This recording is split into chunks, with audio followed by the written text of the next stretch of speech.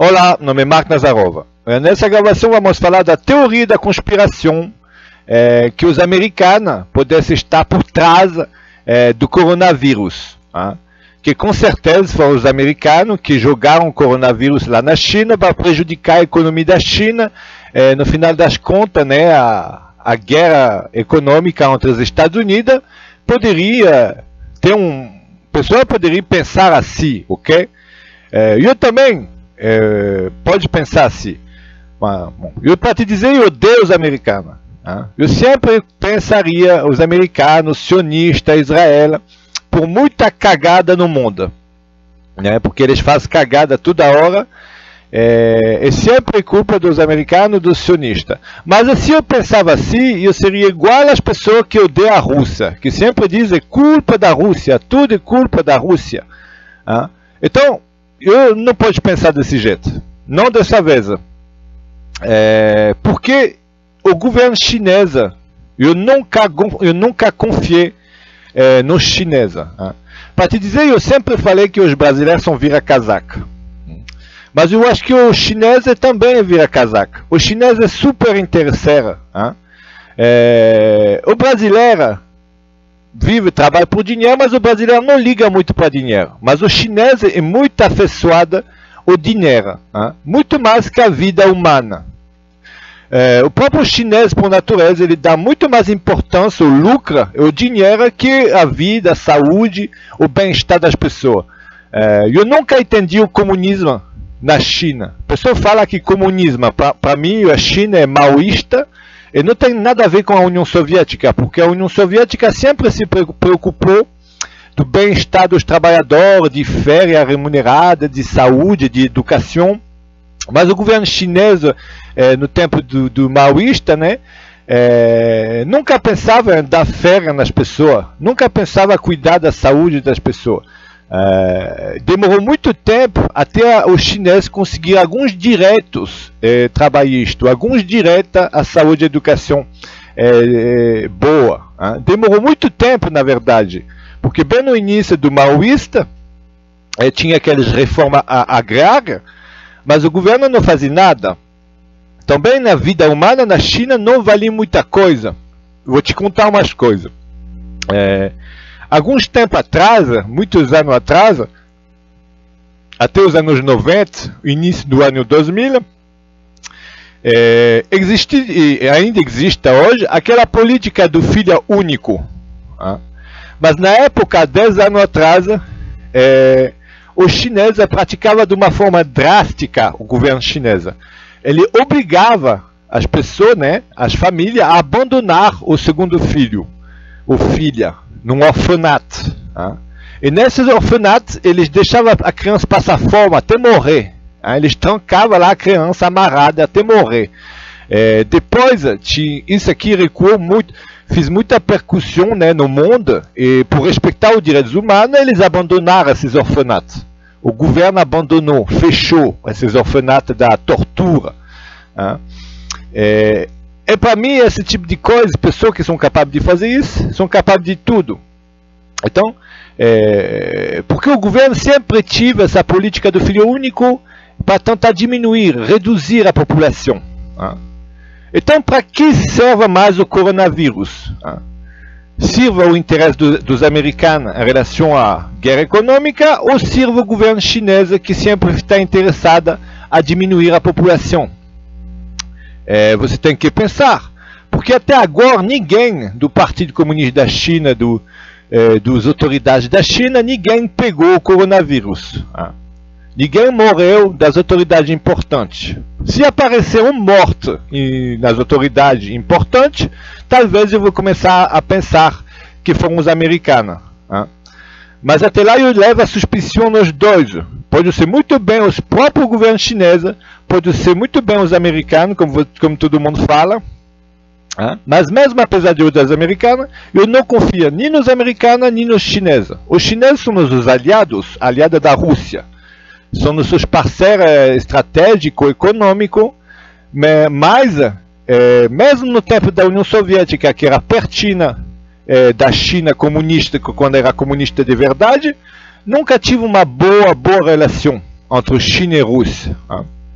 Começou a melhorar nessas 20 décadas a nossa relação entre Rússia e China.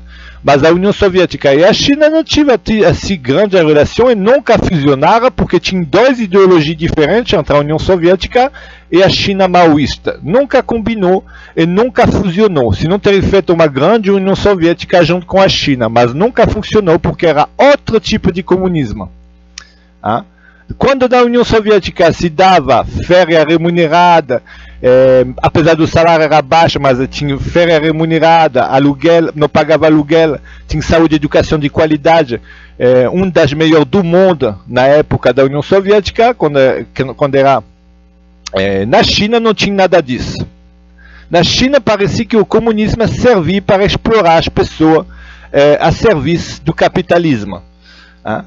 Na época na China, e até os anos 90, até 2000, pessoa dormia na fábrica, não tinha nenhuma férias remunerada. A pessoa dormia na fábrica.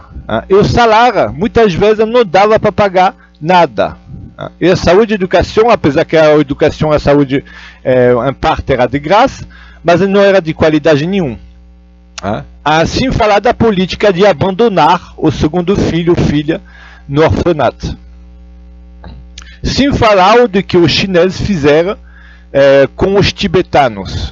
Esse também eu nunca entendi e eu não confio em pessoas que são capazes. Você sabe que os tibetanos são a pessoa mais pacífica do mundo. Então você sabia que o exército chinês foi no Tibete, matou, estuprou mais de 2 milhões de tibetanos desarmados que não resistiam, que diziam paz e amor, quando o exército chinês matava de uma forma se alinhando no muro e atirava na cabeça de todo mundo, sem pretexto nenhum.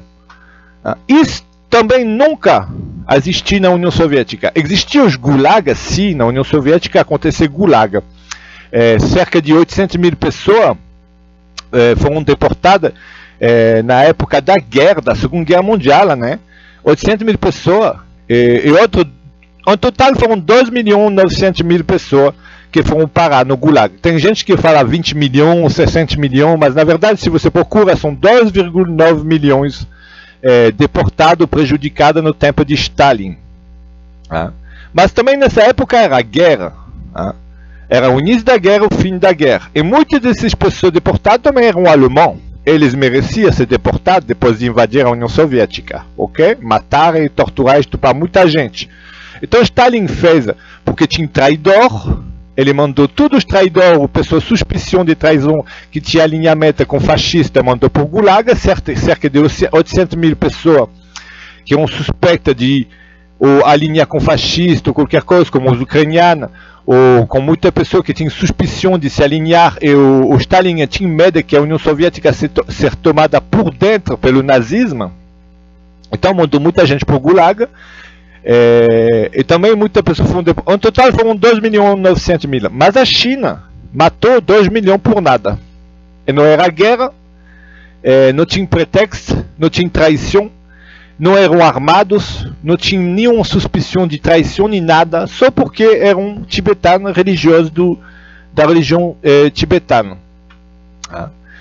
Isso na União Soviética nunca aconteceu. Essa é muito mais cruel que o Stalin fez, que tinha algum motivo por causa da guerra, ou por alinhamento, por traição, que tinha algum motivo de verdade de o Stalin deportar as pessoas.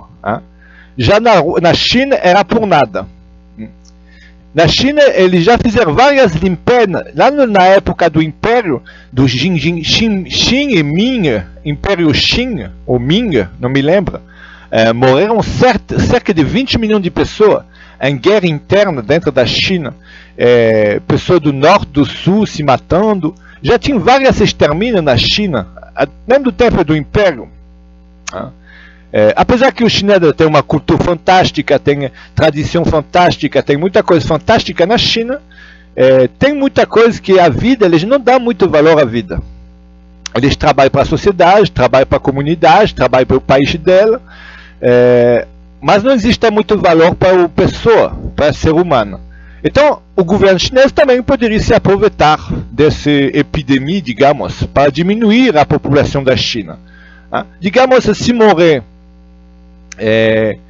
uns 3 ou 4 milhões de pessoas na China, vai ser muito bom, porque vai cortar o gasto do governo, na saúde e na educação, muita coisa, vai aumentar o emprego. Todos os problemas da China vão acabar com superpopulação. E também vão poder parar com essa lei do filho único.